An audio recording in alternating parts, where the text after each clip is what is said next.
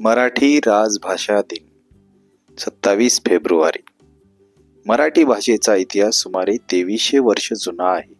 हेमाडपंथी शिलालेखातून मराठीचे प्रमाण मिळते.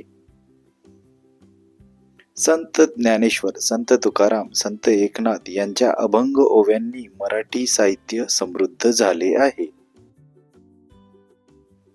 मराठी ही महाराष्ट्र राज्याची अधिकृत राजभाषा असून लाखो लोक ती भाषा बोलतात. जगभरात सुमारे 9 कोटी लोक मराठी बोलतात. मराठी ही भारतातील तिसरी सर्वाधिक बोलली जाणारी भाषा आहे. 3 ऑक्टोबर 2024 रोजी केंद्र सरकारने मराठी भाषेला अधिकृतपणे अभिजात भाषा म्हणजेच क्लासिकल लँग्वेज दर्जा प्रदान केला आहे. 1.5 ते 2.5 हजार वर्षाहून अधिक प्राचीन इतिहास, स्वतंत्र अस्तित्व आणि अमूल्य साहित्य वारसा यामुळे मराठीने हे स्थान मिळवले आहे.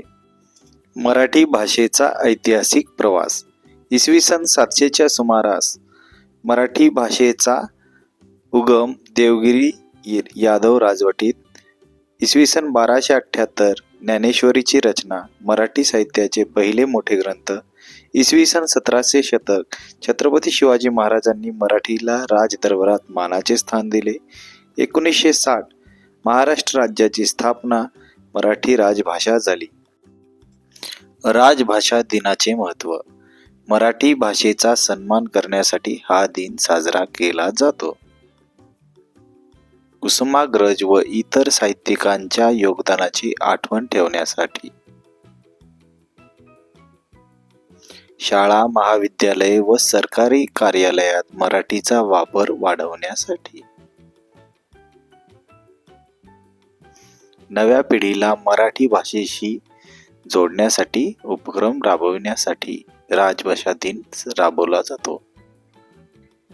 मराठी साहित्य, कला आणि संस्कृतीचा प्रचार व प्रसार करणे.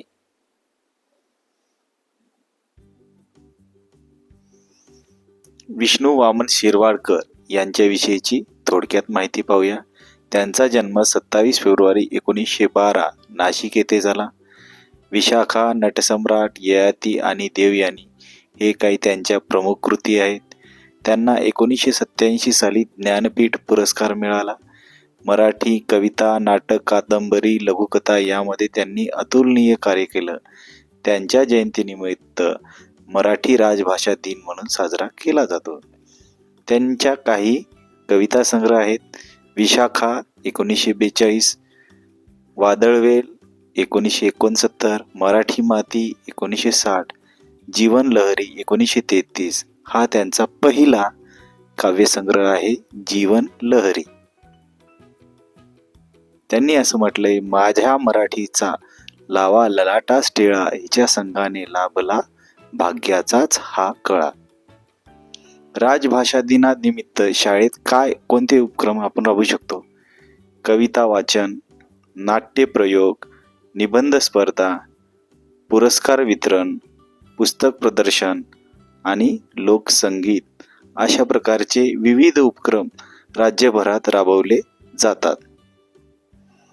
माझी मराठी, माझी मायबोली, मराठी भाषेचा अभिमान बाळगा. धन्यवाद. मराठी राजभाषा दिनाच्या हार्दिक शुभेच्छा. जय हिंद, जय महाराष्ट्र. लाभले आम्हास भाग्य, बोलतो मराठी.